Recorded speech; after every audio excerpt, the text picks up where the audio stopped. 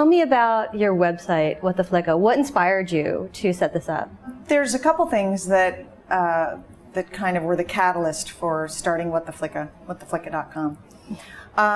One was Desperate Housewives was ending, and my character Lynette appealed to the mothers. And when Desperate Housewives ended, I felt like I had a community of mothers, and I wanted to hold on to them. I didn't want to let it go. And the other thing that was a real catalyst was when I had my children, I found it bewildering, incredibly difficult, lonely, depressing.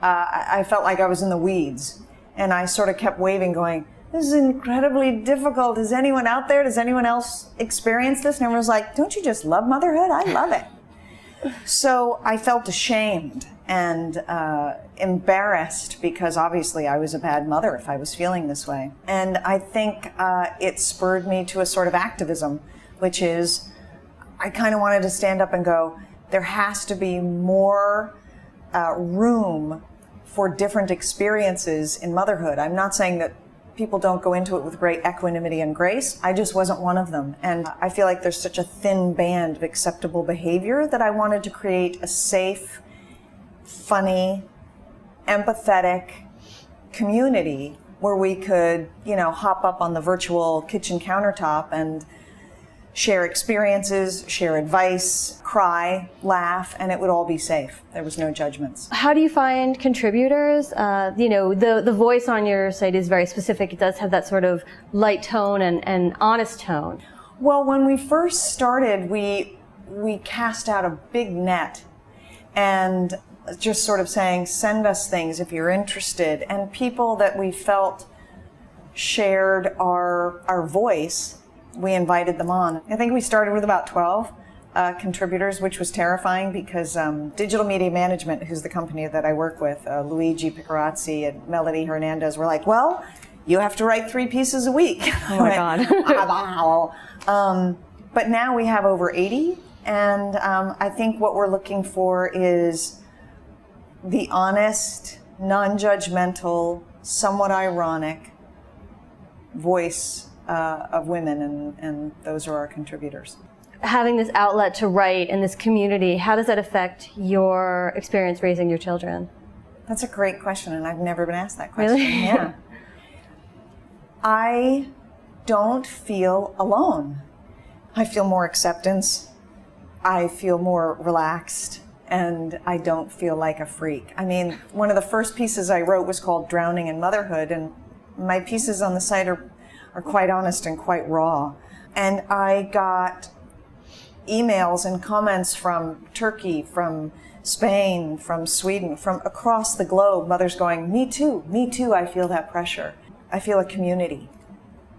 When people talk about feminism, they talk about there are working mothers and there are mothers who stay home, and a lot of times, or I think society likes to portray those as 2 different camps, and sometimes those camps fight too. You talk about creating a community. How can it kind of help break down those barriers and make people accept that it's one group and not? Yeah, when you look at something like The Good Mother, which is alive and well and it's got us all under her thumb, I think the reason when you challenge it, that it's a feminist thought, is because as a good mother, when you're putting everybody else's needs before yours, when you're always nurturing, when you are in service, you are by definition not equal. So feminism comes in and goes, equality, right? Equality for women on all fronts. So you kind of standing up and going, I don't want to do that, is a feminist thought. There's qualities of good mother, which as we know, it's nurturing, it's patient, it's self-sacrificing. And then there's the qualities of the good professional, right? Which is driven, which has goals, which is somewhat, I'm going to win, other people are going to lose. So you can see how they're not concomitant. So by definition, I think society goes, well, a good mother is not a working mother, because the qualities are completely different. Right.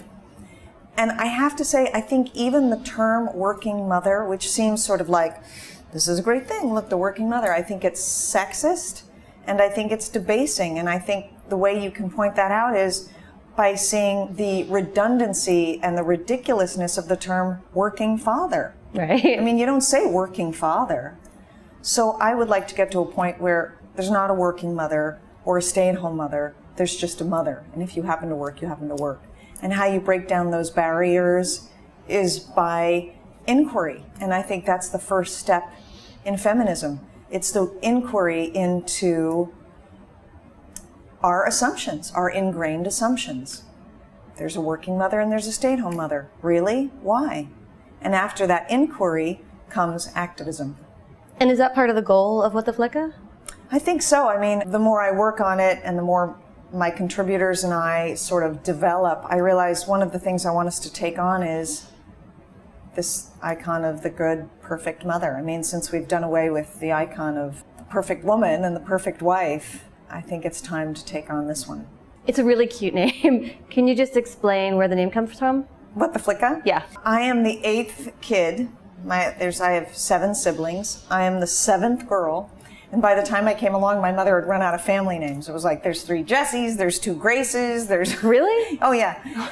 So she went, I don't know what to name her. So she named me Flicka, after actually the opera singer, Frederica von Stade, whose nickname is Flicka. Oh my gosh. And then I think our local parish priest went, you know, that's not a Christian name. So she said, oh, okay, Felicity, but we'll call her Flicka. So with my website, I wanted something that had a sense of humor. I wanted something that was ironic, and I also wanted something that spoke to the kind of what the of parenting.